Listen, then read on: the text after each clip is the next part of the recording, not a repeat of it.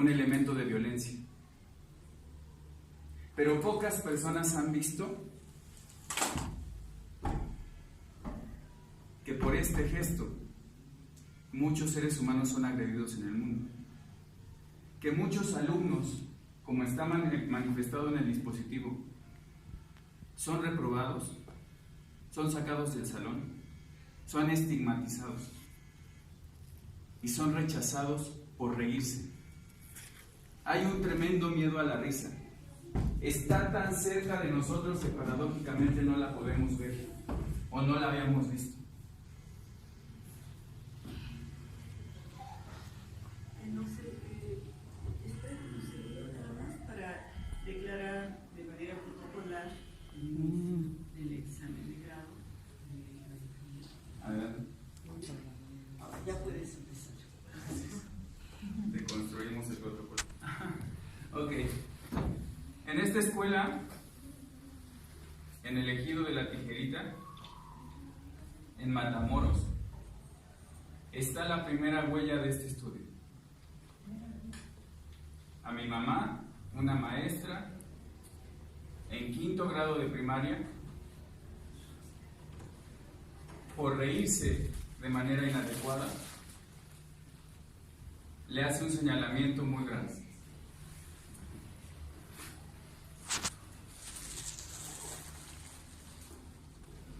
Y ahí es donde nace la inquietud de mi asesor y personal por estudiar la risa.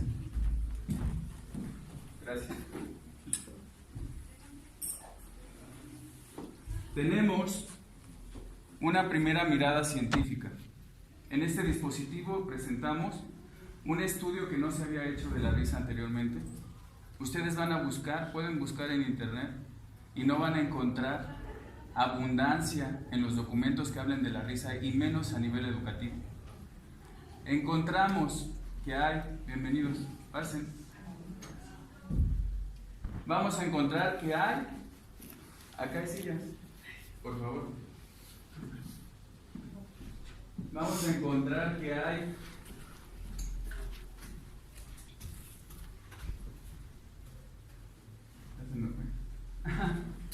los elementos estructurales de la risa. No hay estudios, vuelvo a eso. No hay estudios en el sistema educativo que hablen sobre las violencias que se ejercen a través de la risa. Tampoco encontramos estudios que hablen acerca de lo que los maestros ejercen de manera violenta con los y con las alumnas. Encontramos miradas muy superficiales en las que el gesto, el movimiento muscular, como dice Duchenne, el sigmomaticus major, el orbicular oculi, que cuando se activan en el salón de clases, los jefes de enseñanza, cuando había los inspectores, los directores o incluso los maestros, los subdirectores, llegan a pensar, si el grupo se está riendo, todo está bien. Y el problema es que no todo está bien. Mucha de la risa que se está generando en el salón descansa en muchas violencias muy profundas e invisibles. No son el arma que mete el niño al salón, no son el cuchillo, no son el golpe siquiera. Es la humillación, un elemento performativo del sujeto que lo subsume desde el exterior y le da una posición de poder, como diría Foucault. Jugamos a humillar al otro y jugamos a hacerlo sentir menos, y él, desde su condición todavía inacabada, como todos los humanos somos, pero ellos en estadios previos, disminuyen su autoestima con este tipo de agresiones que reciben. Entonces tenemos aquí la mirada científica. Hicimos un estudio gelotológico, que es la forma de decir al estudio de la risa, y tenemos un nosograma. El nosograma lo que busca es ver a la escuela como un sistema que puede tener dificultades tipo enfermedad que es necesario focalizar para poder atender. A través del nosograma también identificamos algunas patologías de la risa. Hay alumnos a los que les gusta reírse y hay alumnos a los que les gusta que se rían de ellos. Y hay alumnos y alumnas que gozan con la risa sobre el otro o sobre la otra. También encontramos que elementos como la dentición, si le faltan dientes a los alumnos, si los dientes tienen caries, si tienen mal aliento, si tienen sarro.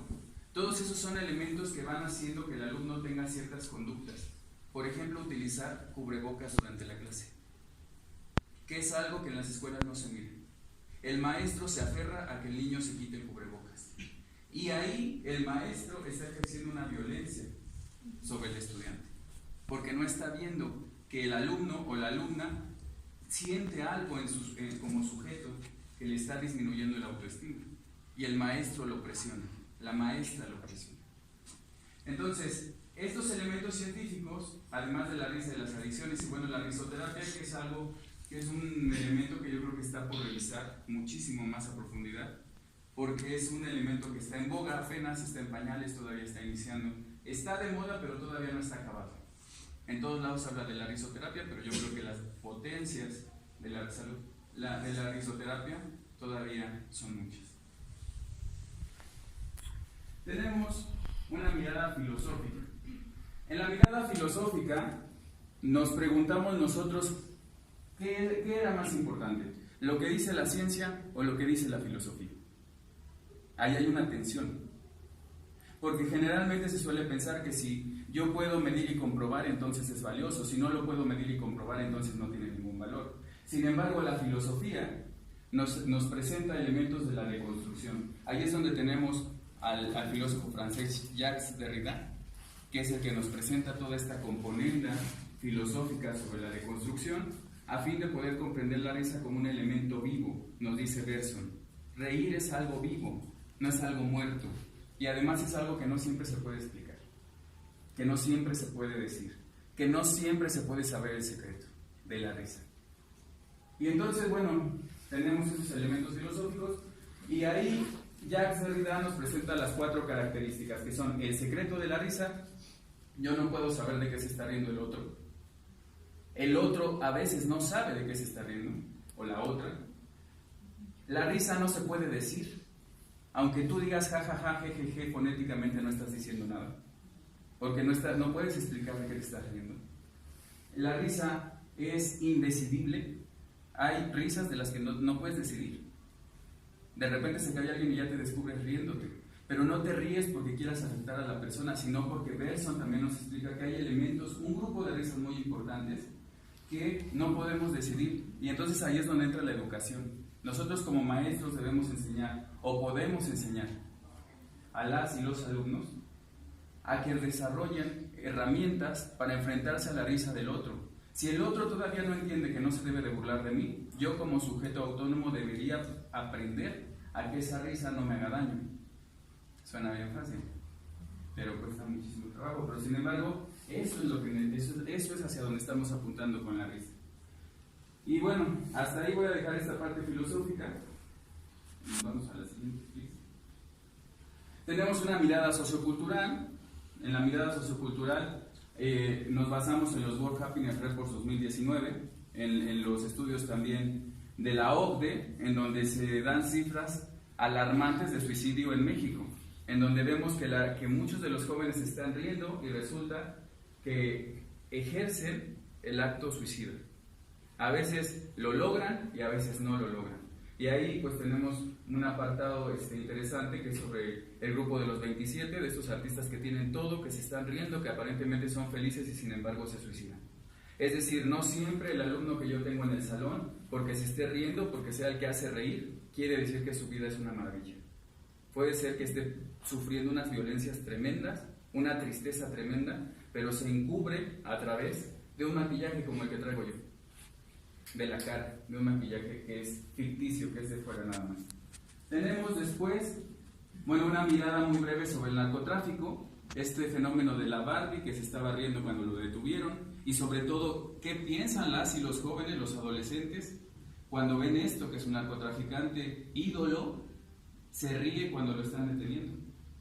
Entonces, ¿qué pasa con los alumnos? Ellos piensan, no es cierto que me va a ir mal, no es cierto que si soy narco voy a acabar en la cárcel. Mira, la Barbie se está riendo. Entonces, si se está riendo, quiere decir que todo está bien. Y volvemos otra vez a la idea de que la risa siempre dice que todo está bien. Idea que a través del dispositivo hemos deconstruido y lógicamente no estamos de acuerdo. acuerdo. La risa tiene una variedad, un abanico de posibilidades tremendo, ¿no? Y bueno, hasta yo creo que adelantado. ¿Le seguimos a la hora? Por favor. Tenemos una mirada lexicográfica, que esto yo creo que es muy interesante porque la risa se escribe, la risa se escucha, la risa se dice, la risa se ha convertido en esto. Cada uno de estos globos puede ser un emoji y cada color es distinto para cada persona. Cada risa es distinta para cada sujeto. Entonces, la lexicografía nos ayuda a comprender que la risa es un signo semiótico, que en cuanto se enfrenta a otros signos adquiere su característica de risa. Pero la pregunta es, ¿la risa tiene univocidad o puede ser ecléctica, ¿no? Y bueno, pues vamos a que es polisémica y además tiene muchísimas variantes de posibilidades. También tenemos los memes en las redes sociales, que es otra de las violencias que se presenta en la escuela secundaria. El me divierte, qué poderoso es un me divierte en una relación que se establece con alguien a nivel virtual. Cuántos divorcios, cuántas rupturas amistosas, cuántas enemistades puede llegar a provocar un emoji de carita feliz en el momento inadecuado. Y entonces, bueno, yo creo que esa es una aportación muy interesante porque en la escuela secundaria lo estamos viviendo, ¿no? A la siguiente. Y bueno, el dispositivo buscó canalizar a los alumnos o acompañarlos en este proyecto de vida, en este trayecto formativo, como ahora se le denomina, para llegar a la autonomía moral. Colbert hizo un estudio longitudinal en el que él explica que una persona va desarrollando estadios y en esos estadios un ser humano puede llegar a decidir sin miedo, sin presión, sin conveniencia. La gente generalmente actúa porque tiene miedo de ir al infierno, o actúa porque se quiere ganar el cielo, o actúa porque no quiere perder a las personas, o actúa porque las quiere tener cerca. Eres bueno porque esperas algo, eres malo porque no quieres una consecuencia. Colbert explica que cuando una persona es buena porque cree que lo bueno es bueno, entonces llegas a la autonomía moral. Es decir, no esperas ni el cielo ni el infierno, lo haces porque crees en ello, ¿no? Y entonces, bueno, esa es la idea que estamos proponiendo aquí, acompañar a las y los alumnos, y hacemos un repaso estético de las mujeres se pueden reír de ciertas cosas, los hombres no, hay una perspectiva de género ahí de la risa. La mujer que se ríe sonoramente es llamada de ciertas maneras negativas, el hombre se puede reír de lo grotesco porque es hombre, entonces hay una construcción de género. Posteriormente, bueno, hasta ahí llegamos a la autonomía moral y vamos al dispositivo, ¿no? Bueno, tenemos en el dispositivo, tenemos un fundamento legal, un dispositivo legal que descansa en la Ley General de Niñas, Niños y Adolescentes, los derechos humanos, la guía operativa de la Secretaría de Educación Pública, el marco para la convivencia escolar, el Programa Nacional de Convivencia Escolar y también tenemos la circular sobre el uniforme neutro que salió justo en este último semestre prácticamente. Sobre esto de que los niños y las niñas pueden llevar uniforme mixto, ¿no? O cambiado, pues, porque entonces eso también generó un grupo importante de risas en nuestra investigación, porque había niños que se atrevieron a llevar falda y las maestras muy doctas les dijeron que cómo se atrevían. Hay sanciones de suspensión de 3 días. Las niñas que se atrevieron a llevar pantalón también fueron objeto de ciertas burlas y entonces ahí la risa también estuvo presente. En el diagnóstico, pues usamos la metodología de la investigación-acción, gracias a la doctora Guadalupe por las clases, bueno, luego de las clases. Pero el caso es que estas pautas de la investigación-acción lo que hacen es que cuando uno va investigando vas modificando, ¿no? Entonces era imposible que yo hablara de la risa en la escuela sin que los niños supieran que estábamos haciendo algo en torno a la risa. El producto que hicimos fueron estos libros que hablan de la historia y la narrativa de cada una de manera biográfica, cómo han vivido la risa, cuándo les ha beneficiado y cuándo les ha afectado. Este es uno de los productos. Y bueno, ahí está toda la metodología, entrevistas, encuestas, sociogramas, toda la teoría del diagnóstico que está ahí incluido en la tesis. A la siguiente. Encontramos, bueno, esto está de manera muy general porque no voy a hacer karaoke de ahí, pero están las condiciones generales de la secundaria Rosario Gutiérrez Esquilza, la secundaria número 44 que está en la alcaldía de Xochimilco. Tiene una población de 889 alumnos, una superficie de 10.390 metros cuadrados de construcción. Es una secundaria muy grande que tiene una tradición muy profunda. Y entonces en esta escuela aplicamos un dispositivo con un diagnóstico, 5 momentos desarrollados en el club Creando, Actuando, Imaginando, y es un tiempo de 3 meses el que nos daba el ciclo anterior. En este año los clubs ya permanecen todo el año, todo el ciclo escolar, pero en el momento del dispositivo solamente se aplicó en una fase de 3 meses dividido en 5 momentos.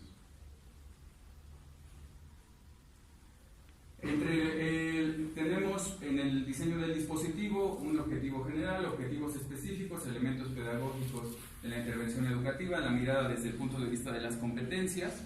Tenemos esto del enfoque de competencias y la evaluación a través de desempeños. Era muy importante para nosotros saber qué enfoque le íbamos a dar para saber cómo lo íbamos a evaluar, porque si no, el objetivo se desvincula de la evaluación y entonces ya no es congruente. Toda investigación debe de estar el objetivo y la evaluación, porque si no, entonces se pierde eso de la evaluación, ¿no? Por favor. ¿Cómo ves? Entonces, ¿bien? Bueno, las actividades que realizamos. Las actividades que realizamos en el dispositivo fueron sociogramas, que eso lo iniciamos en el primer semestre, y la verdad es que eso fue muy rico porque a través de eso pudimos ver el paseo que hacían los maestros en la escuela al momento de dar su clase. Los alumnos en estos sociogramas dan información muy rica porque nos explican lo que dice el maestro, lo que prohíbe el maestro, lo que permite, lo que no permite, la risa en la escuela, en qué clases los alumnos se pueden reír, en cuáles no, toda esa es información que sale a partir de los sociogramas. Hicimos también entrevistas grabadas de los alumnos, con permiso de padres, todo el protocolo, para poder obtener relatos más vivos y sobre todo siguiendo la metodología de Paul Ekman, que habla de mirar el rostro. Es muy importante mirar el rostro a la hora que haces una entrevista, porque a veces la gente te dice más con el rostro que con las palabras. Entonces es muy importante, por eso en el dispositivo van a encontrar que hay muchas fotos de cantantes, de artistas, hasta de Adolfo Hitler, porque es muy importante no solo mencionar el nombre, sino mirar la cara, porque el estudio habla del gesto y no puedes estudiar el gesto si no tienes la fotografía o a la persona. Entonces por eso es que hay algunas fotografías. Tenemos el muro de las lamentaciones, que bueno, no voy a adentrar en eso por el tiempo, pero tenemos el conflictómetro de CONAPRED, ese lo trabajamos de una actividad que el CONAPRED nos dio en la maestría. El libro que les acabo de mostrar, se hizo una presentación del libro en la escuela, muy mal lograda, pero se hizo en el aniversario de la escuela. Eso ya no dependió de nosotros, sino que cada escuela tiene su estructura. Y bueno, tenemos una actividad de etiquétame, otra que se llama ¿Qué oso? En la de ¿Qué oso? Es aprender a reírse de uno mismo, de los defectos de uno mismo. Y en la escuela es muy interesante porque los alumnos después de en etiquétame muy brevemente se anotan las malas palabras que les han dicho en el cuerpo, y cuando se las van arrancando hay catarsis, los alumnos lloran porque es algo muy fuerte. Entonces lo que generalmente hacemos es que aplicamos etiquétame y después aplicamos ¿Qué oso? En el ¿Qué oso? Es contar, también es una actividad que hicimos durante la maestría, que es contar tu momento más ridículo y aprender a reírte y dejar que los otros se rían de ti, ¿no? Y entender que esa risa, no porque esté ahí, significa que sea mala, simplemente dejarla fluir, ¿no? Y bueno, la galleta de jengibre, que en esa también anotamos las partes del cuerpo en donde te hace daño las palabras, la risa en este caso. Y terminamos con la metodología de Augusto Boal, que es Teatro del Oprimido, que aquí le agradezco a la maestra Leti, que fue quien me aportó esa idea sobre el Teatro del Oprimido. Y bueno, la verdad es que es muy interesante porque Augusto Boal propone que el espectador deja de estar nada más sentado y empieza a construir.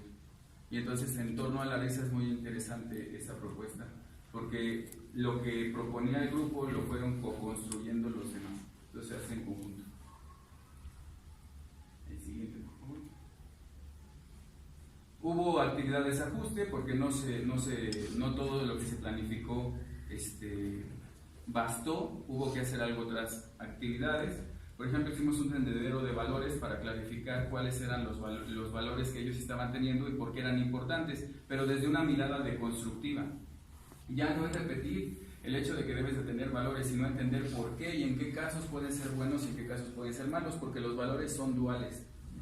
Un valor tanto puede ser positivo como puede ser negativo. Y entonces hicimos esto de los memes para ordenanzas, lo empezaron a hacer ahí en la escuela y funcionó muchísimo, que era a poner una carita de alguien haciendo esto no, que era tirar basura, y por el otro lado ponían la cara de esto sí, que era depositar la basura en el bote. Entonces los alumnos como que veían las ordenanzas de manera más agradable, menos rígido, que nada más estar dando la orden y la orden y la orden, ¿no? También incluso las frases, por ejemplo, esto de la víctima, que ahora se puso muy de moda con la señora, ¿no? Entonces tú ahora le puedes decir, entre ellos mismos se pueden decir cosas y reírse sin agredirse, pero a la vez ir construyendo. Por ejemplo, cuando un niño no entrega la tarea, a veces los niños le dicen, es que se está haciendo la víctima, maestro. Y entonces empiezan a reír todos. Y resulta que el niño de repente como que se queda serio, pero después empieza a reír también y se da cuenta que no es tan malo la risa, que no siempre hay una violencia, una carga violenta. Aunque el video, digo, ya mirándolo socialmente, puede tener una connotación para la señora muy performativa, ¿verdad? Pero bueno. Y bueno, se hizo difusión en el programa de Infosmera que teníamos aquí de la UPN y Vive Radio, se hizo el enlace con la Universidad de Brasil para esto del coloquio que se hizo en Brasil y el encuentro en Querétaro, y eso fue lo que hicimos, ¿no? La evaluación, se evaluaron de la siguiente forma: la evaluación auténtica por desempeños. Ahí agregamos los instrumentos de evaluación que se utilizaron, que fueron listas de cotejo, rúbricas, encuestas, ¿no? Y la evaluación del impacto del dispositivo de intervención. Por un lado, aplicamos cuántas actividades de las planificadas se hicieron, cuál fue el porcentaje de participación y posteriormente los resultados de cada una de las tablas para poder sacar los resultados. Y entonces obtuvimos una tabla de violencias que tienen presencia en los centros escolares y una tabla también de convivencia que puede estar en los centros escolares. Y entonces así descubrimos que hay en este trabajo existen casi 35 usos de la risa en la escuela, que es algo que hasta el momento pues no se había podido medir, ¿no? Porque los niños usan la risa para enamorarse, usan la risa para desafiar, usan la risa para chantajear, usan la risa, bueno, para un gran número que no puedo mencionar ahorita de situaciones psicosociales, culturales en la escuela, y que además son propias de escuela a escuela, porque yo recuerdo una práctica que hice en la anexa de la Normal Superior de México, en donde el chicle estaba prohibido, y los alumnos metían chicle de contrabando, y entonces eso les producía muchísima risa. En la escuela donde yo estoy el chicle no está prohibido, entonces el chicle no genera risa. Pero a lo que voy es que el contexto, la complicidad de cada centro escolar, que dice Berson, pues es parte de la cultura de la escuela. Cada escuela tiene su propia cultura. Y desde esa cultura es que cada grupo de estudiantes está utilizando la risa para diversas fuentes. Presentamos en este dispositivo lo que en la 44, en este ciclo, está pasando. De ninguna manera creemos que esto sea la realidad del país, o que sea la realidad incluso de la secundaria 44, porque como lo veíamos en el primer semestre, o sea, la realidad es cambiante, la realidad no es fija. Entonces, diríamos que es una fotografía de algo que fue un momento, un acontecimiento, ¿no? Y entonces, pues ya, esta fotografía, cierro con ella porque es una fotografía que nos refleja la risa y que nos recuerda que también somos animales. Hay un apartado en la tesis en donde rescato a Jacques Derrida, en donde él trata si el animal que estoy siendo o el animal que estoy siguiendo. Le tenemos tanto miedo a ser animales que a veces hacemos cosas peores, ¿no? Entonces, la risa está presente en muchos animales, no nada más en la raza humana, y entonces también nos ayuda a empatizar no solamente con los humanos, sino también con los animales. Entonces, ojalá se vayan con esta imagen, y ojalá después de esta breve exposición no vuelvan a ver la risa como la habían visto antes y se pregunten más de qué te ríes, ¿no? Porque es muy interesante preguntarnos de qué te ríes, para qué te ríes, que eran de las preguntas que nos hicimos nosotros en un inicio, ¿no? Y perdón por la brevedad, pero pues tengo 20 minutos nada más. Les agradezco mucho.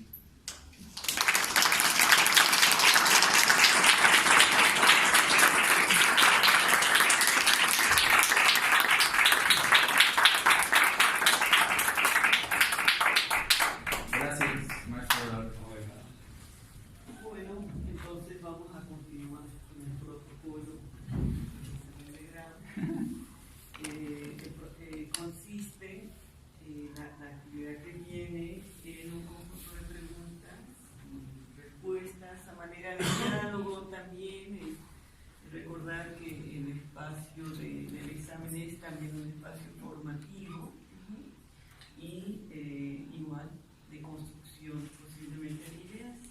Entonces el procedimiento va a ser, si te parece, Leti empieza con el interrogatorio, luego continúo yo y al final nuestro dato. Entonces, Leti. Bueno, pues primero, muchas felicidades por haber contribuido y llegar a este momento. Qué gusto poder acompañarte. Y tu trabajo me genera varias reflexiones en las que me gustaría que tú profundizaras, ¿no? Bueno, una de las cosas a las que me remontó todo este tiempo que estuvimos acompañándote mientras desarrollabas el dispositivo es como un referente fue Clifford Geertz, que me hace pensar en todo esto que él habla sobre el guiño, ¿no? Del ojo, todos estos significados, ¿no? Y me remonta esto porque tú trabajaste también a lo que puede ser un guiño, que es la risa. Pero me haces pensar como muchas otras cosas que probablemente quedan ahí abiertas y que me gustaría que tú reflexionaras ahorita, ¿no? En relación a lo que presentaste. Una de estas cosas es pensar en que la risa tiene como varios elementos o es todo un proceso donde se juegan muchos elementos, ¿no? Hay una parte personal que tendría que ver con los estudiantes y que probablemente con una autoestima, pero también hay otra parte que tiene que ver con un impacto hacia el otro, ¿no? Que es algo como mucho más social. Entonces a mí me gustaría saber tú cómo trabajas, cómo diferencias y cuál sería para ti como un primer momento a trabajar respecto a la risa con los estudiantes, ¿no? Es decir, la parte personal o esta parte del impacto hacia los otros, ¿no? Sí. Creo que retomas como muchas cosas que hiciste durante la maestría y eso es muy interesante, pero también me gustaría que no lo pones en la presentación, pero sí está en tu trabajo, que nos recuperes en este momento algunos elementos que tengan que ver con el contexto, así muy particular de la escuela, los estudiantes con los que estuviste. Sí. Y me hables sobre algunos, como estas herramientas que te dio el dispositivo, a ti como docente, para trabajar con futuros grupos. O sea, ¿qué te deja este dispositivo como docente para hacer con futuros grupos, ¿no? Sobre todo otra cosa que me interesa saber es como la maestría que te aporta en este proceso de formación. O sea, sí, por un lado están todas estas herramientas como que aprendes que tú aprendiste como para desarrollar todo este dispositivo, pero más allá de eso, ¿qué te deja como sujeto? Como ¿qué te transforma? O sea, ¿qué te llevas de la maestría, ¿no? Ok, gracias. Bueno, vamos con la primera. En la primera, que es sobre la risa como proceso personal y esta construcción con el otro, con el impacto social. En el punto de esto de la sociedad, no sé, metiéndome en la filosofía de Jacques Derrida, cada momento es un acontecimiento. El acontecimiento, dice Jacques Derrida, está por venir, es algo que no existe, es el ramillete de posibilidades del futuro. Entender al alumno desde la perspectiva personal para un docente yo creo que es muy complicado, porque tenemos, como dice Neto, una sobrecarga de trabajo muy fuerte, tenemos pedagógicamente que cumplir con unos programas y con unos planes, con unos contenidos programáticos que pareciera que en un inicio, que era lo que a mí me pasaba cuando inicié con el dispositivo, que uno diría, ¿para qué me meto en eso? ¿Para qué te pones a estudiar la risa de un alumno si sabes que no vas a poder profundizar a tal grado que conozcas su situación familiar, su situación personal e incluso el secreto de la risa? Pero ahí es donde entra Jacques Derrida. Jacques Derrida nos dice, la risa tiene un secreto.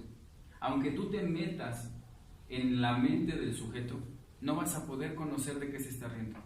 Es más, incluso a veces cuando yo me autoanalizo, me acuerdo que la primera presentación que hicimos en el salón, doctora, ¿se acuerda? Ella me dijo, pregúntate de qué te ríes tú. Y entonces ahí fue donde yo dije, caray, sí es cierto. O sea, el secreto se conserva tanto para la otra persona, pero también se conserva para nosotros mismos. No siempre puedo definir de qué me estoy riendo. Entonces tratar de decir si el alumno se está riendo por una situación personal o se está riendo por una situación social es complicado por un lado.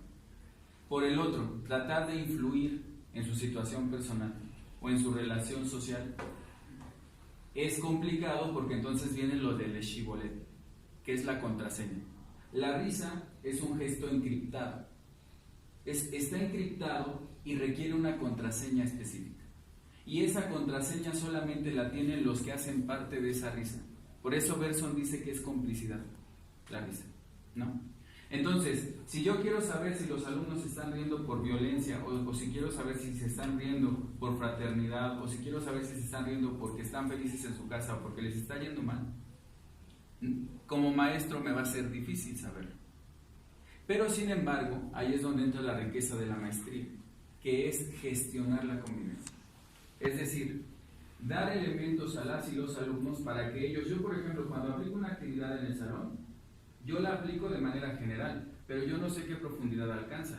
Ellos, gracias a la confianza que me tienen, a veces me hacen relatos a través de Facebook, a través del celular, a través de esas redes sociales, y me hacen saber que la actividad se infiltró hasta lo personal o se infiltró hasta lo familiar.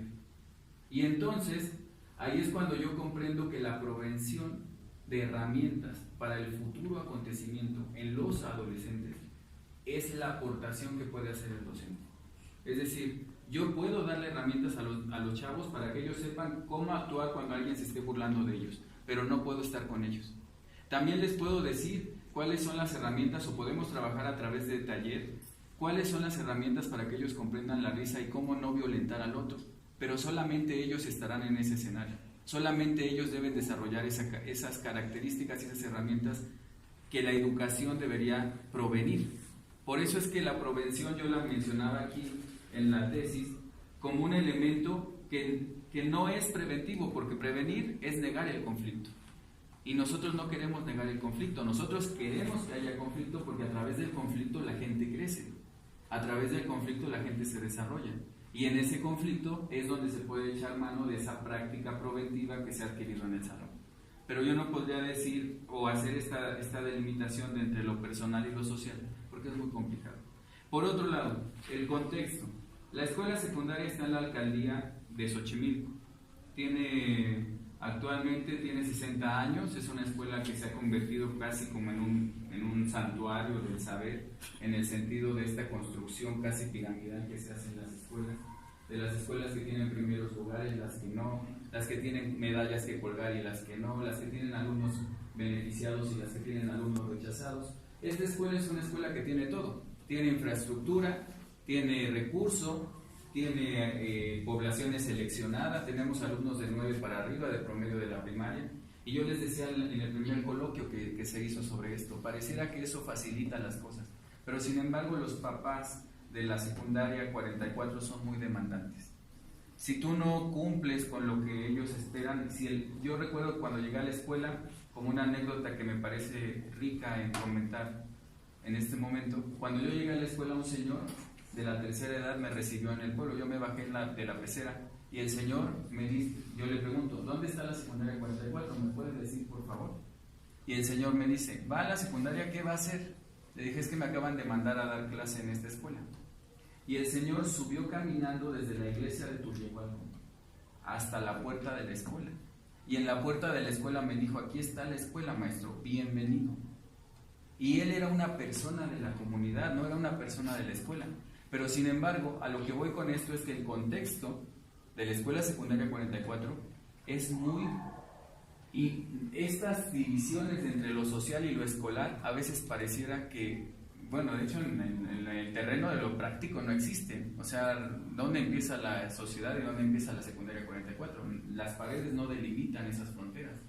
Entonces, el contexto de la escuela, yo creo que a veces posibilita y a veces no. No sé, ¿sobre qué otro dato del contexto? Sí, o sea, yo me refiero así como en contexto, es decir, sí una escuela, sí un grupo con el que trabajaste. Ya. El club Creando, Actuando, Imaginando se hizo durante 3 meses. La participación constó de 23 alumnos en la primera fase. Se hicieron actividades para conocer las percepciones y representaciones que las y los alumnos tenían sobre la risa, ¿no?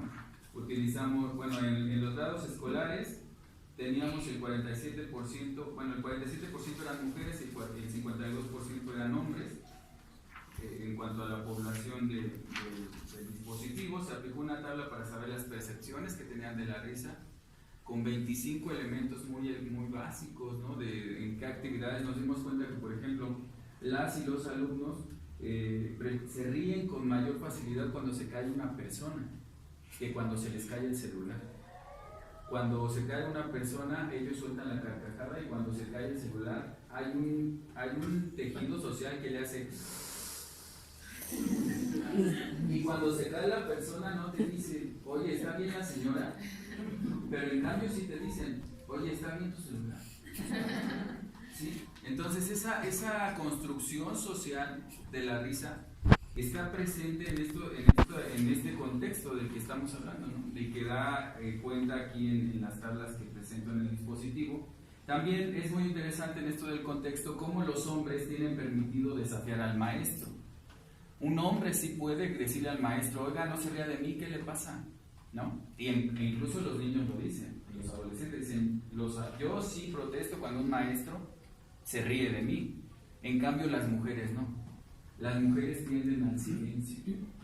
Es decir, que las adolescentes, a una mirada, digo, no están allá de verdad, pero en una mirada de género, las mujeres están aprendiendo a que no pueden hablar. Las mujeres no se pueden revelar desde la secundaria. Y tristemente nosotros como maestros lo legitimamos. A veces puedes dar un discurso en la escuela de que el género y el empoderamiento y eso, pero sin embargo en el dispositivo se ve que a las mujeres todavía les cuesta trabajo manifestarse, decirle al maestro: no se burle de mí, ¿no? Y bueno, por otro lado, bueno, la maestría a nivel personal pues es una paranoia. La verdad es que yo ya veo risas en todos lados y cuando las veo, la verdad es que sí me pregunto de qué se ríen, ¿no? ¿Por qué se ríen? ¿Cómo se ríen? Lo veo, esto de la caracterización es parte de... Yo fui a ver una película y en la película todo me hizo sentido. Si alguien ya vio la película, bueno, pues luego vean la tesis, ¿no? Pero entonces, pues a nivel personal yo creo que también me ayuda a descubrir que yo suelo reírme mucho en el salón de clases con los niños y con las niñas, pero ahora procuro cuidar de qué me río y de qué no, porque también es complicado a veces, o sea, no sabes cuándo ya estás lastimando al otro, y también ahí se basa en las percepciones y representaciones de los otros. Pero en este sentido, del sentido paranoico, pues eso es lo que tenemos que desarrollar nosotros en los alumnos, la capacidad de analizar, pero sin que se vuelvan psicópatas o que se vuelvan en el sentido de decir: es que se está riendo de mí, o por qué se está riendo de mí, o es que a lo mejor me está violentando, sino que comprendamos que hay grupos de risas que podemos controlar y grupos de risas que no podemos controlar. Y entonces, bueno, a nivel personal, la verdad es que yo estoy muy contento porque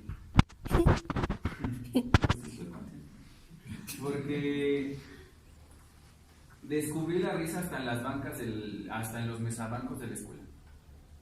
O sea, los alumnos se están comunicando. En las pintas, en los rayones, en los baños, en todos lados está la expresión risible, aunque no esté la cara. Es decir, descubrí en la escuela secundaria 44 otra posibilidad que no había visto antes. ¿No? Yo estaba como muy ya en mi onda de soy maestro, ya me la sé, ya me sé mi tema, no hay bronca. Y la maestría me mete en una dinámica de querer hacer las cosas diferentes, de comprender las cosas distintas. Y yo creo que eso es algo pues, muy importante para mi vida profesional.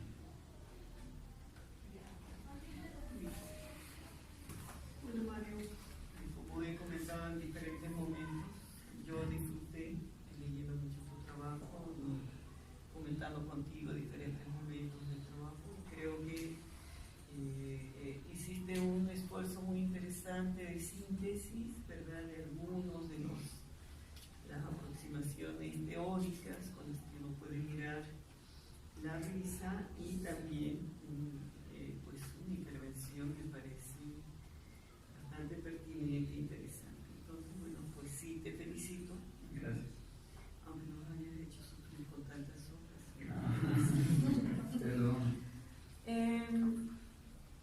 Varias cosas, tengo varias preguntas, digo, no las puedo plantear todas, pero algunas han acompañado un poco el proceso de acompañamiento en el comité tutoral. Y una de ellas tiene que ver con que si el objeto central del trabajo o de tu intervención es la risa misma, la risa como gesto, o la risa que acompaña otras prácticas sociales que tienen que ver con conflictos o con violencias, diferencias de grupos, discriminaciones múltiples. Entonces, quisiera que me expliques un poco en términos de cómo tratar la risa o cómo lograste resolver o lo resolverías de mejor manera, de separar la risa o integrarla como un elemento más bien que acompaña a procesos o a prácticas escolares, posiblemente en muchos casos prácticas inadecuadas o intervenciones inadecuadas de los maestros o bueno, prácticas violentas conflictivas de los estudiantes. Si quieres responder esa primera pregunta. Porque luego me hago buenas. Bueno, el problema que tenemos, bueno, no, el desafío que tuvimos nosotros es que en los demás temas o en algunos temas de tesis que se han presentado puedes acudir a la bibliografía. Tú puedes acudir al feminismo y vas a encontrar 40 libros o 50 libros. O puedes acudir a otras, es decir, por mencionar un tema que se me viene ahorita. El problema o el desafío que nosotros tuvimos es que no hay bibliografía referente a la educación. Entonces tuvimos que construir ese análisis de la risa. Y lo tuvimos que construir realmente, porque realmente es muy poca la información que hay encaminada a la educación. Entonces lo que nosotros hicimos fue darle ese cauce. Claro, Ekman tiene su trabajo, Duchenet tiene sus informes con Darwin, Freud tiene el estudio del chiste, Bergson tiene la comicidad y el ensayo, Meredith que hizo los primeros estudios de la risa también, pero estos estudios están por allá. Y entonces nosotros lo que hicimos fue agarrar todos esos elementos, analizar por un lado la risa y por el otro entender que la risa acompaña y es parte de los conflictos, efectivamente, que está en los procesos. Por eso en algún momento de aquí de la narrativa de la tesis menciono que la risa puede preceder, acompañar o poner punto final al conflicto. Es decir, es parte de ese proceso. También es por eso que nosotros trabajamos el enfoque por competencias, porque el enfoque por competencias habla de una actitud, de un valor, de un procedimiento. Es decir, estamos conscientes de que la risa es un procedimiento que está dentro de otros procedimientos y que además no podría ser vista nada más como un elemento singular o separado, porque la risa es eminentemente social, y en cuanto algo es eminentemente social no puede estar desvinculado de lo demás. Y entonces yo creo que en la tesis tenemos estas dos perspectivas, y yo le agregaría la tercera, que era como había hecho yo la separación sobre la temática, que es la risa como un elemento multifactorial, como ya lo vimos, la risa y la conflictividad, y la risa y la violencia, porque seguimos pensando en las escuelas, estoy hablando de las escuelas, que la violencia y el conflicto es lo mismo, y sin embargo a veces es necesario decirle al maestro que no. O sea, la risa puede estar en un conflicto que termina en violencia, pero también puede estar en un conflicto que termina en convivencia, o puede estar en un conflicto que termina ¿en qué? Volvemos a caer en el hábitus binario que menciona Bourdieu. Volvemos a construir, después de deconstruir, otra vez nos queremos ceñir a las dos polaridades. Y yo creo que va más allá. O sea, la risa es proceso, la risa es actitud, y la risa es conocimiento también. Entonces, yo creo que tal vez por eso se nota mucho esta carga como muy científica, como muy filosófica, incluso lexicográfica de la risa, porque yo sí creí necesario fundamentar por qué la risa es más que un signo o un gesto nada más, algo que pasa todos los días y que está tan presente en nosotros que no la miramos. Otra pregunta tiene que ver con este elemento que decías del secreto, ¿verdad? Y de la dificultad de comprender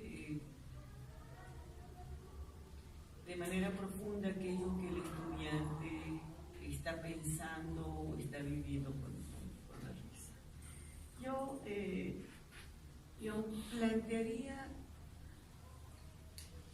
que es posible acercarse un poco a lo que alguien está pensando, creyendo o sintiendo, preguntándole, dándole la voz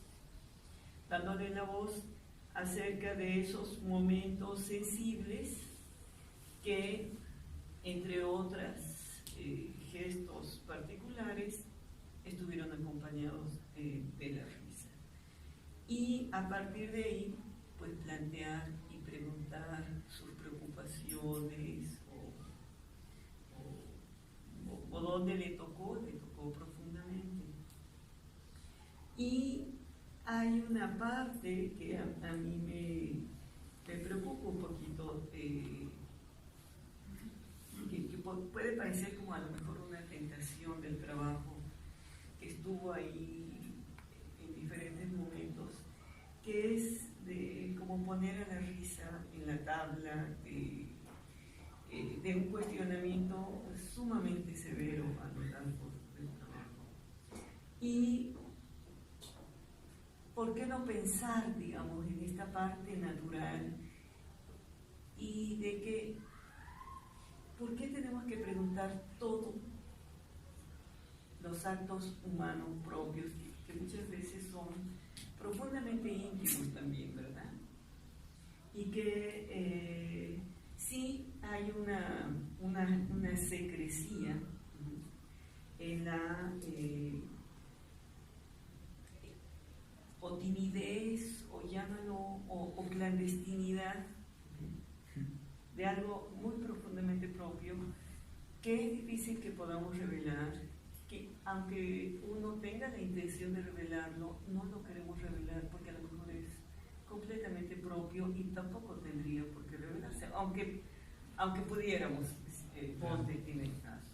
Entonces, bueno, yo creo que de pronto sí existe como una especie de un juicio a la risa, que a veces salió bien librado y a veces salió bastante mal librado, a ratos yo creo que demasiado.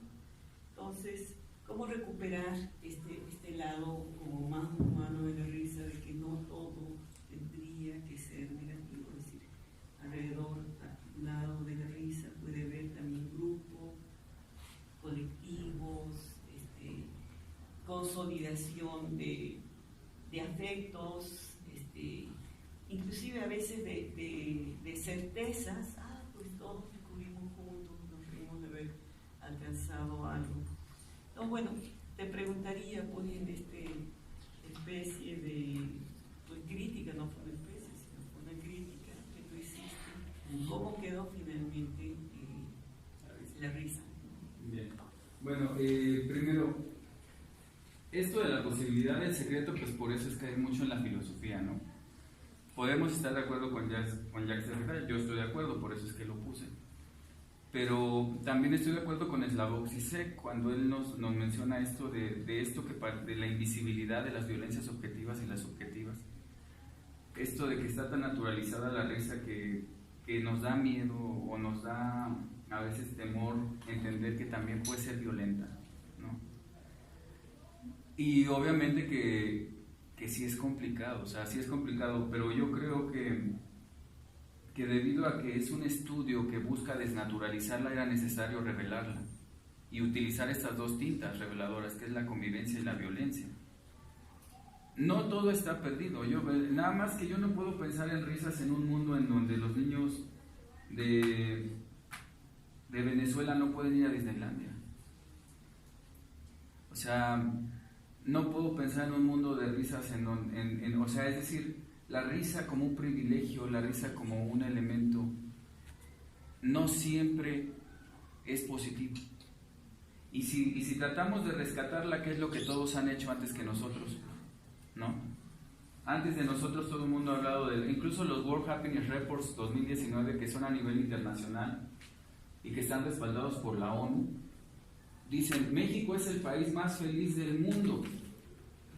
Bueno, no el más feliz, pero es de los países más felices del mundo, por encima de países como Francia y Estados Unidos.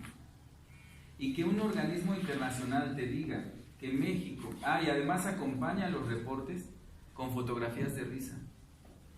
¿Qué es lo que veo yo? Que la risa, o qué es lo que vi primero, voy a llegar a lo que me preguntó, pero ¿qué es lo que yo vi? Que la risa estaba muy naturalizada como un gesto de felicidad. Hacer un dispositivo o una tesis que hable sobre las posibilidades de la felicidad y la risa, pues ya lo hizo Aristóteles, ya está los trabajos incluso de Freud en el sentido, o de Anna Freud en este caso de los estudios de los procesos de la adolescencia, que son como muy generales, pero que no hacen este juicio ambivalente de violencia y convivencia. Yo lo que traté de hacer al final del dispositivo, atendiendo a este comentario que efectivamente ya estaba siguiéndome, ¿no? Por ahí, es que tengo una tabla de convivencia que está en la página 258 que dice que la risa genera ambientes de aprendizaje, la risa genera amistad, la risa favorece la asistencia a las clases, la risa mejora la autoestima, la risa contribuye a la certificación de los jóvenes.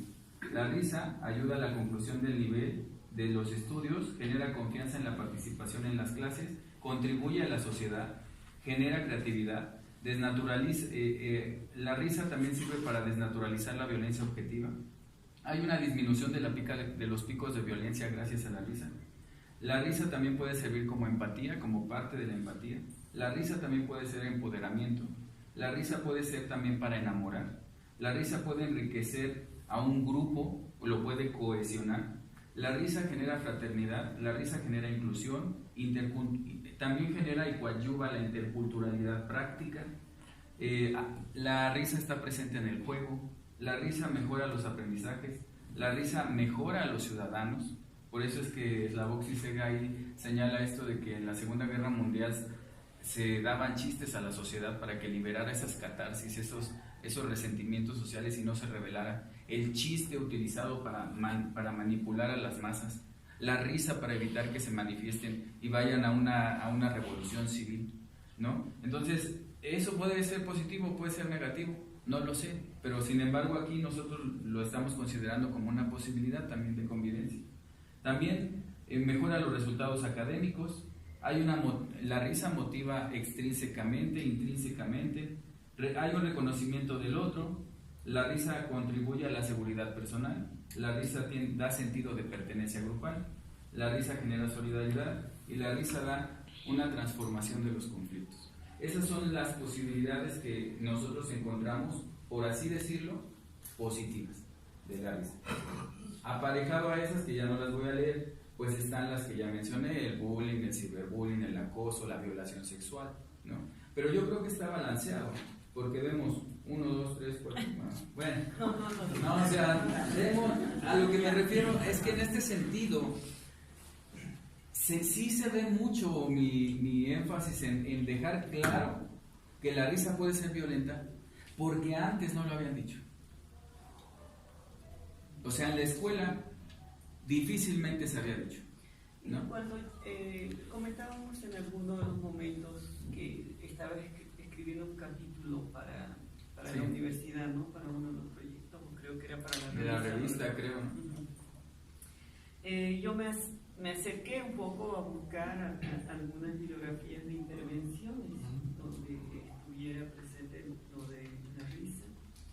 Y me llamó mucho la atención que varias investigaciones están vinculadas con prisioneros o con personas que habían vivido zonas de conflicto o post-conflicto, por ejemplo, en Colombia. Entonces, otra vez, es como volver a recalcar que la risa no es un elemento solo y aislado, no actúa sola. La risa no tiene, digamos, personalidad. Es decir, lo que hace la risa es acompañar procesos, conflictos o situaciones no conflictivas de los seres humanos. Por lo tanto, es intrínsecamente humana. Es el conflicto o situaciones de violencia, acompañadas de eso, lo que nos tendría que preocupar. Y tal vez podría ser eso, pues, una sugerencia que yo podría plantearte, ¿verdad? Sí. Como para ir identificando prácticas escolares de docentes, de interacción entre pares, entre los chicos u otros actores, que vienen entonces aparejadas o no con niveles mayores o menores de intervención de risa que acrecientan o no acrecientan la violencia. A lo mejor un segundo momento puede ser eso, mirar las prácticas sociales o las prácticas culturales de la escuela y de esa manera, bueno, separarse un poco de la mirada como un poco más o técnica o biológica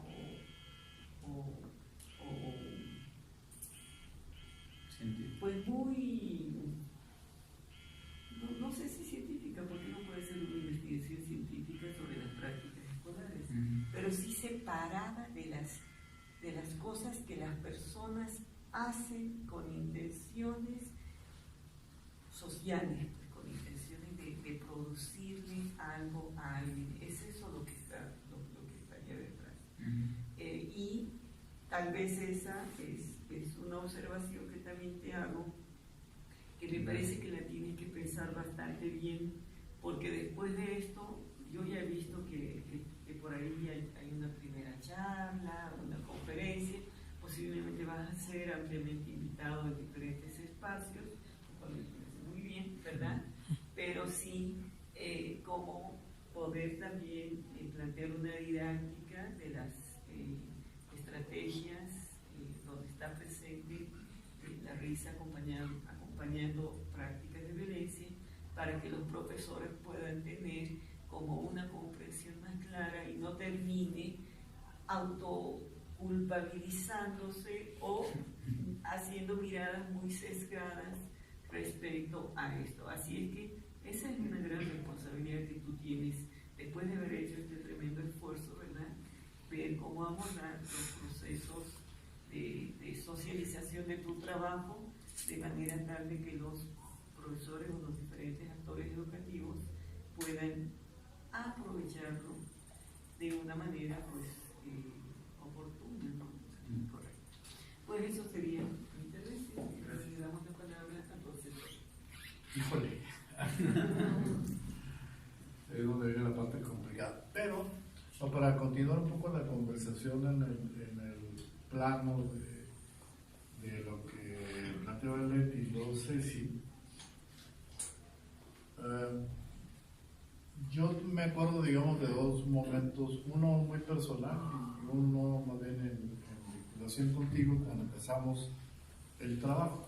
Y también ahí voy a formular dos preguntas.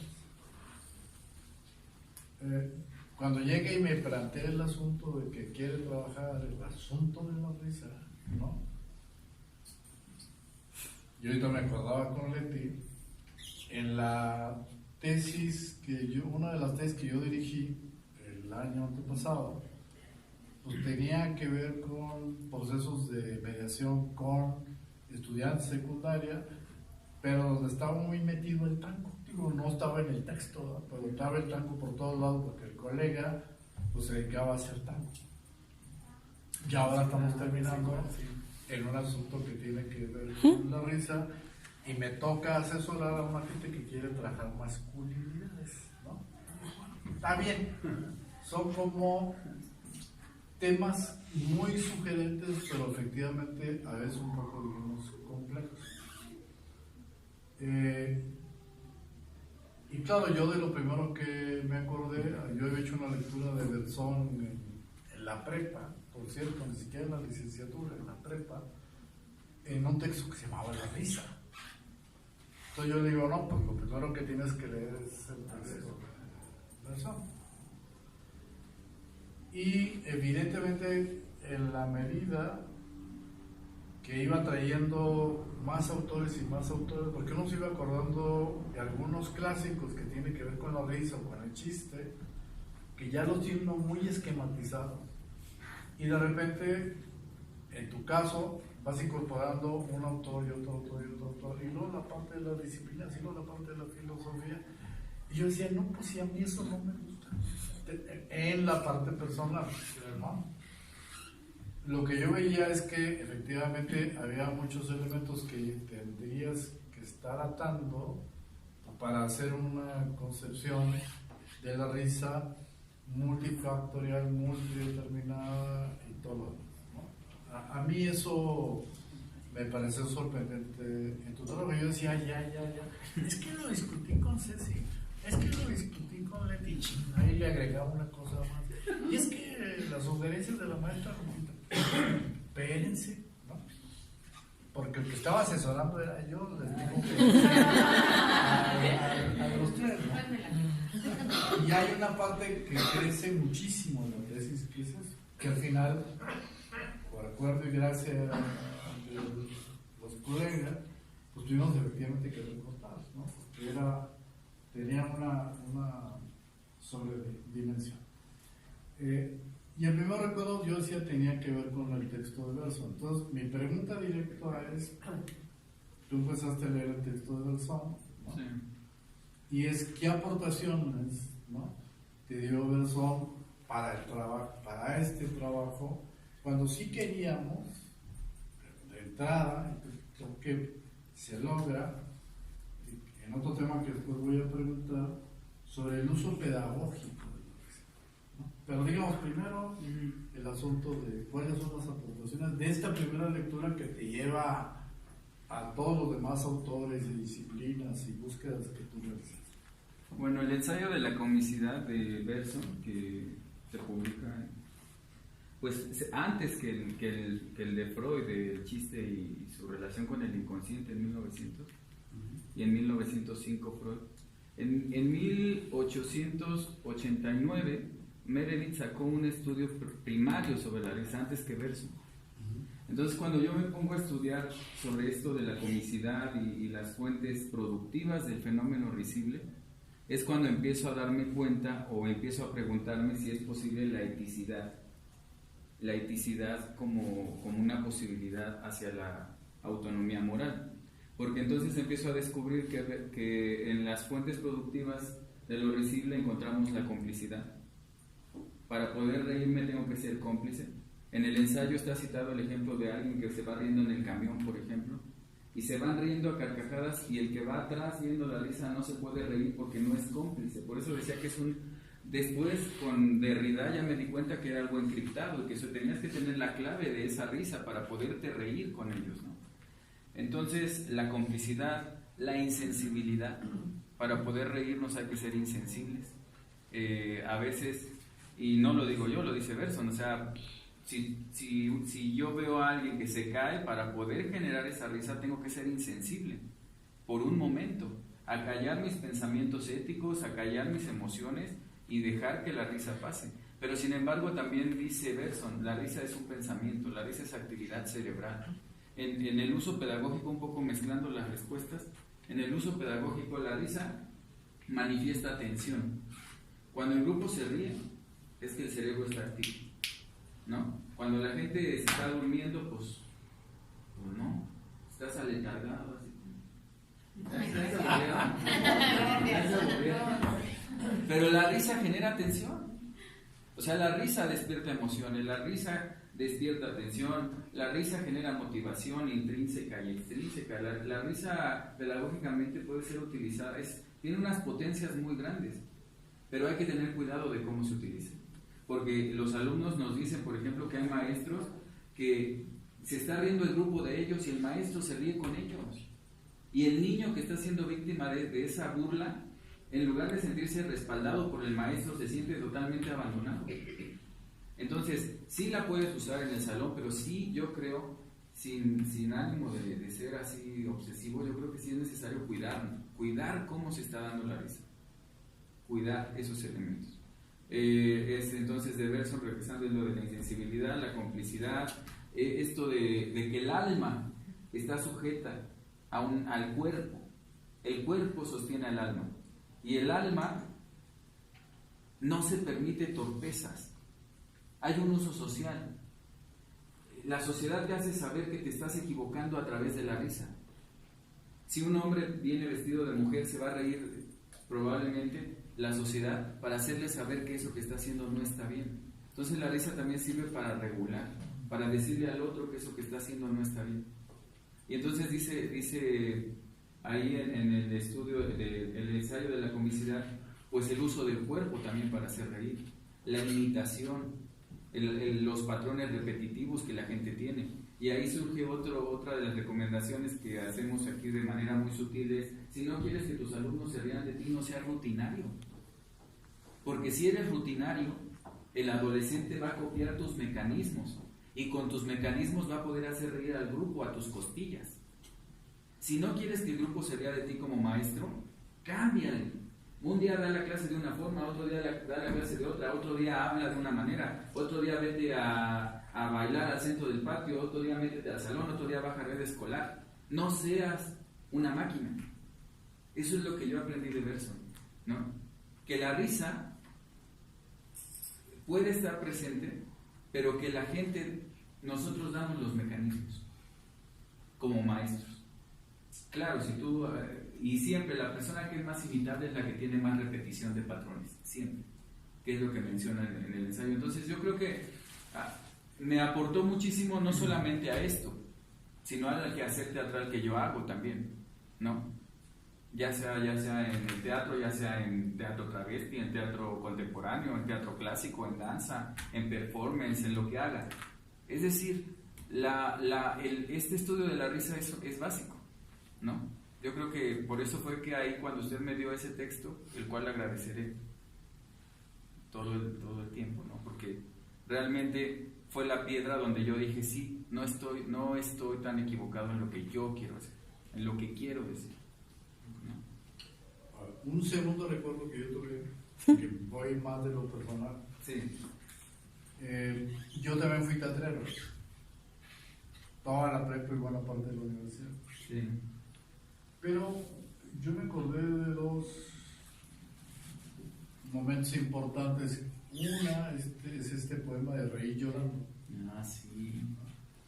Donde está toda esta parte, digamos, del conflicto, reír llorando, como que reír llorando. Pero en el terreno, digamos, social son expresiones muy claras, ¿no? Te ríes llorando, o lloras riéndote, como quieras. Claro. Y luego me acordé de mis épocas hermosas del revolucionario, de una rola que decía: ¿de qué se ríe señor ministro? ¿De qué se ríe? ¿No? Y tenía que ver también con un contexto social. Era como la parte, digamos, de de burla. Sí. Pero luego, en algunas de las incursiones mías en Centroamérica, y recordando un poco lo que decía Ceci hace rato, yo me daba cuenta que cada vez que llegaba a El Salvador o a Nicaragua, te contaban unos chistes que tenían que ver con la tragedia. Y yo les decía a los compas del frente de Farabundo Martillo, quien estuviera, ¿no? Platicando, dialogando, que oigan, pero ¿por qué cuentan esos chistes, no? O sea, uno también pregunta así como, ¿por qué te ríes? ¿Por qué también cuentas esos chistes? Dice, pues es que uno tiene que convivir con eso. Y en el terreno de las prácticas, por ejemplo, en El Salvador, en algún espacio jesuita, por cierto, yo veía que los colegas hacían un break y se comían todo. Y pasaban otro break y se comían todo. ¿Sí? O sea, pero si ya comieron, desayunaron, cenaron, decían, es que maestro, usted nunca ha estado en la condición de guerra que yo he estado, ¿no? Decía, bueno, a ver, no entiendo. Pues sí, estaba en el estado de guerra y yo me quedaba sin comer 15, 20 días y no sé. Por eso como, porque no sé si al ratito. Pero eso tenía que ver también con la parte, digamos, la parte de los chistes. Pero fundamentalmente con la expresión, digamos, del conflicto, y aquí yo agregaría el concepto de complicidad, porque es la complicidad frente al conflicto o no conflicto. Entonces sí me gustaría que ahí trabajaras 2, 3 ideas sobre este asunto de cómo articular el asunto del conflicto, que sí tiene que ver con esto que va de afuera hacia adentro y de adentro hacia afuera, ¿no? Y la complicidad. Bueno, en el aspecto del conflicto estamos trabajando nosotros el autor básico, que es Johan Galtung, ¿no? Incluso fue quien propone esto del triángulo del conflicto de las violencias visibles e invisibles. Y entonces la risa en el conflicto es como lo que decía la doctora. O sea, la risa puede preceder al conflicto, pero por las percepciones y representaciones que tiene cada uno, cada una. A veces tú puedes ir en el camión y ves a alguien que se ríe de tal forma y te molesta. O sea, puede venir alguien riéndose atrás de ti y te molesta. Y sin embargo no has tenido ningún conflicto con esa persona, o no has tenido algún contacto con esa persona. Entonces ahí entra una parte muy compleja, que son las percepciones y representaciones que tiene el otro, la otra. Yo no sé si esta risa en este momento le va a venir bien o le va a venir mal. Entonces ahí es complicado, ¿no? El conflicto y la risa se vinculan en el momento en que yo, al hacer los registros, las entrevistas, las y los alumnos me manifiestan. Es que, a ver, ¿por qué se pelearon? Los que hemos hecho trabajo tipo gabinete en la escuela sabrán de lo que estoy hablando, ¿no? O sea, llegan los alumnos y tú les preguntas, ¿por qué se pelearon? Y ellos te dicen, es que se burló de mí. Y de mí nadie se burla.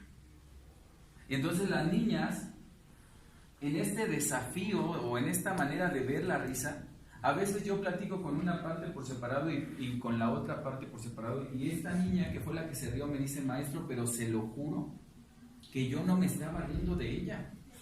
Simplemente ella iba pasando, esta contó un chiste o pasó algo, yo me reí y ella se molestó, pero yo no le hice nada.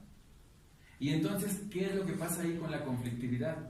Que a veces es complicado porque ahí no existe un proceso de conflicto previo, ¿no? Ahí tiene que ver con el sistema de lo que ella percibe, lo que para ella representa la risa, que aunque obviamente es un proceso de vida, no lo podemos ubicar en el terreno de un conflicto.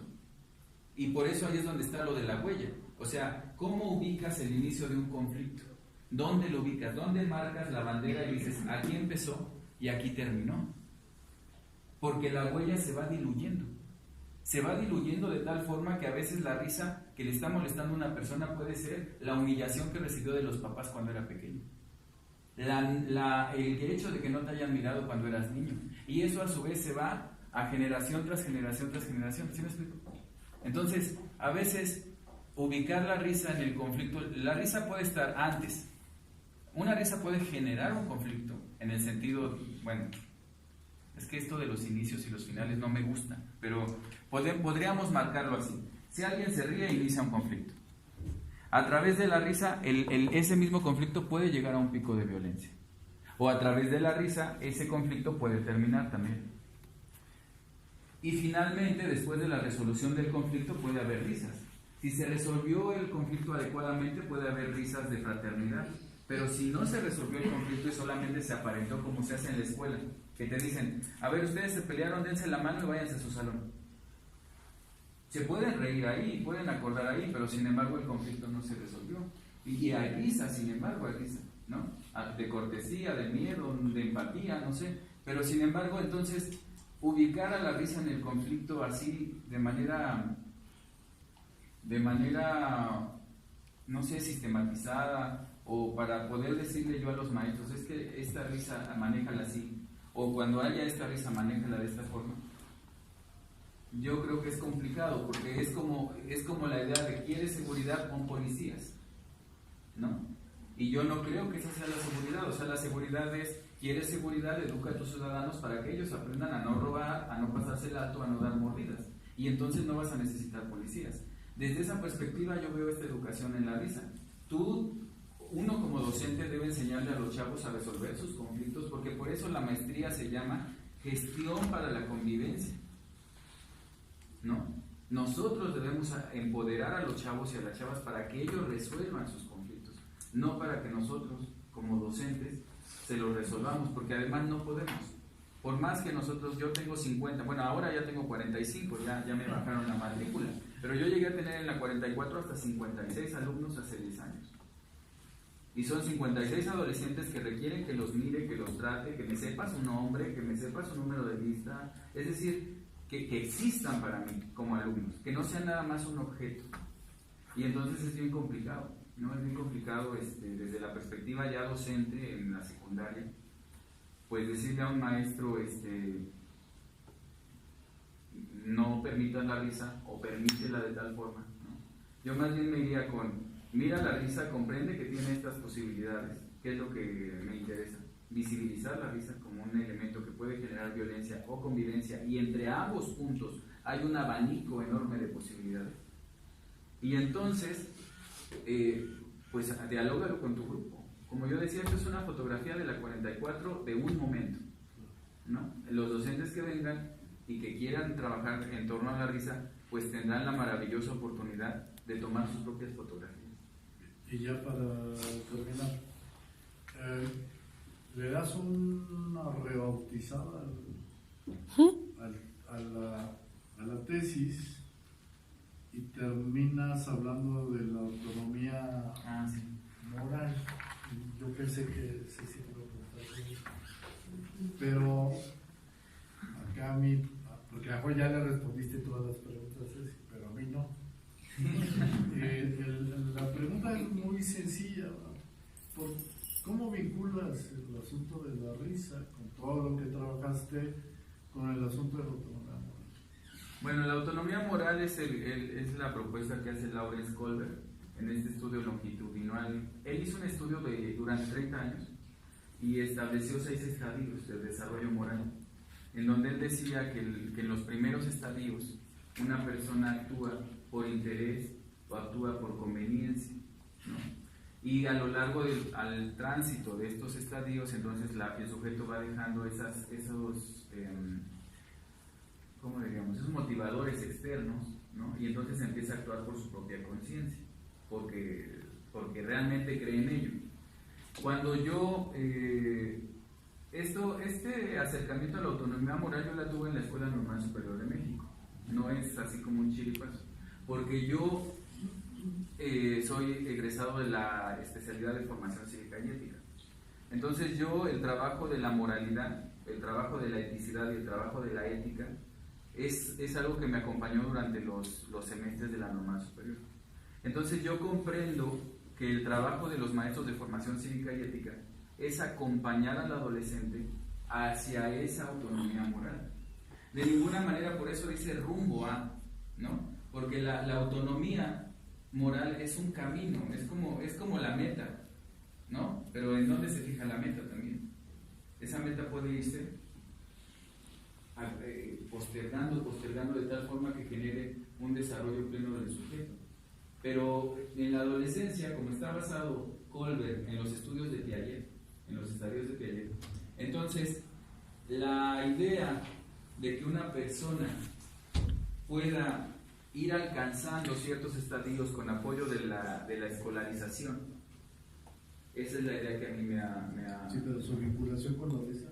Bueno, en el caso de la risa, es que todo trabajo que tenga que ver con la resolución de conflictos, todo trabajo que tenga que ver con el desarrollo de la ética, contribuye de manera integral al arribo de la autonomía moral. Es decir, aprender de qué reír y de qué no reír serían un paso importante para la autonomía moral de una persona. Una persona que sea adulta, por así decirlo, moralmente hablando, no se va a reír de un señor que se cayó y se golpeó, o no le va a dar me divierte a un like de una violencia que está pasando tremenda en el mundo, ¿no? Es decir, la autonomía moral nos llevaría a sujetos que pueden decidir lo que conviene más al bien común sin estas condicionantes externas, ¿no? que nos están ahí haciendo un juego de seducción. Para los que son cristianos puede ser el cielo o el infierno, para los que somos de la corriente ética a lo mejor la bondad y la maldad, ¿no? O sea, que esto es bueno, es que esto es malo, y entonces, pero ¿qué es bueno y qué es malo? ¿Cuál va a ser mi resultado? ¿Me van a aplaudir por hacer esto? Lo hago. Si no me van a aplaudir, no lo hago. Es decir, yo creo que la autonomía moral en torno a la risa es aprender de qué reír, de qué no reír, y comprender también al otro que no está en ese mismo estadio que uno, ¿no? Porque yo, por ejemplo, veo que hay muchos maestros que se ríen de ellos y lo primero que hacen es mandar la orientación al alumno, aplicar el marco de convivencia. Y entonces incluso hay alumnos que se van porque están estigmatizados en la escuela. Los maestros se ponen de acuerdo y te dicen, los voy a reprobar. Ya nos pusimos de acuerdo tal y tal para reprobar a este niño. Y entonces tú dices, tú eres el que está educando. Eso es tener autonomía moral. Eso no es tener autonomía moral. La autonomía moral es decir, yo estoy aquí para educar y comprender que si el alumno se ríe es porque, como Ana Freud lo menciona, son adolescentes, están en periodo de desarrollo. Están en otra etapa distinta a la que estoy yo. Yo ya estuve ahí. Si no me gusta ser maestro, no puedo trabajar con adolescentes, ¿para qué me rento de eso? ¿Sí me explico? O sea, entonces, no, creo que ya me salió el tema. No está bien así. Pero ya, una última. Es que ya estoy muy mal. La última pregunta. Sí. ¿Por qué maquillarse? Porque yo para un examen profesional. Pues yo creo que, bueno, ahí hay una metodología de un francés que la verdad ahorita si me agarra en curva no sé cuál es.